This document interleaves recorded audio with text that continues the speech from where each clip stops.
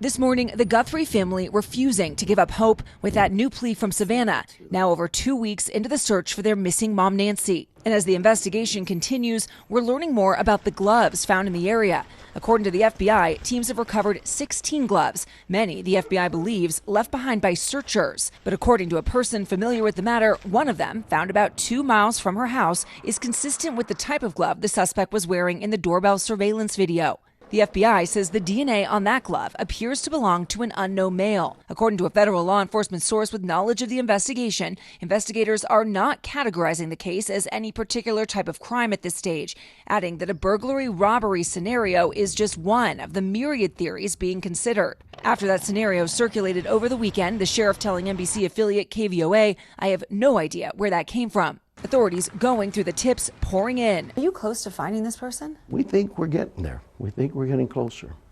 Yet on Friday, another letdown after law enforcement, including SWAT teams, swarmed a home a mile from Nancy's property. Please, search warrant, come to the door! You can hear authorities here yelling at people inside as they served a search warrant. They later conducted a traffic stop of this Range Rover. Ultimately, no arrests were made. Two law enforcement sources tell NBC News investigators are leaning away from the person who owns that home, along with the delivery driver they detained last week in Rio Rico. Those same officials say investigators are also leaning away from any of Nancy's relatives as potential suspects, now stressing that surveillance video footage could be key. Investigators working with private companies, including Google, to uncover more video. You're working with the tech companies still? And yeah, we've asked them, and they're working as best they can. To whoever has her or knows where she is, it's never too late. Savannah Guthrie making a new plea to her mother, Nancy Guthrie's apparent kidnappers. It's never too late to do what's right. We believe in the essential goodness of every human being. This weekend, the FBI says a glove recovered near the home by investigators believed to visibly match the one worn by a masked individual seen on doorbell camera video has DNA. It's currently undergoing forensic testing in an effort to identify a potential suspect. These are very, very strong and definitive updates. Experts say the DNA will be run through criminal databases to determine if it matches a known criminal. Authorities will also likely be submitting the evidence to third-party DNA mapping services offered to the public. Neighbors within a 2-mile radius of Guthrie's home are still being asked to submit any surveillance camera footage to authorities. CNN previously reported the FBI was fully engaged in offering resources to local authorities by February 2nd. However, one neighbor wonders if that help came too late. The sheriff is a very experienced veteran of law enforcement, but that doesn't necessarily mean that he's experienced with what this case is all about. And I mean, I feel like they invited the FBI in, or the FBI came in pretty quickly, but maybe it wasn't quite quickly enough. In the Catalina foothills, I'm Lee Waldman. From Nancy Guthrie's own driveway to communities across the country, this morning people all over America are thinking of Savannah's mom, who's now been missing for more than 2 weeks.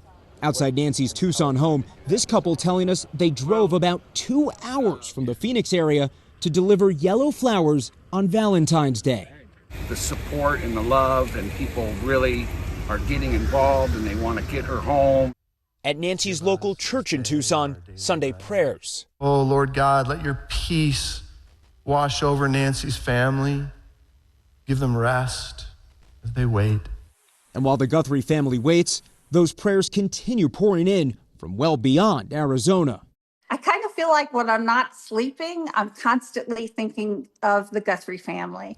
Christy McCollum says she put up this yellow ribbon in Elgin, South Carolina, roughly 2,000 miles from Tucson.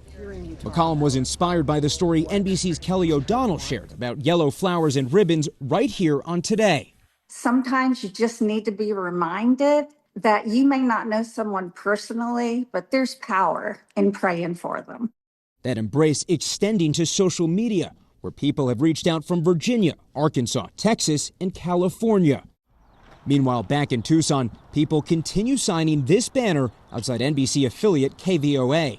Signed from Florida, Minnesota, Michigan, even all the way from Fairbanks, Alaska. All of these people united in sending the message, bring her home. When you see that people way beyond Tucson are showing their support, what does that say to you?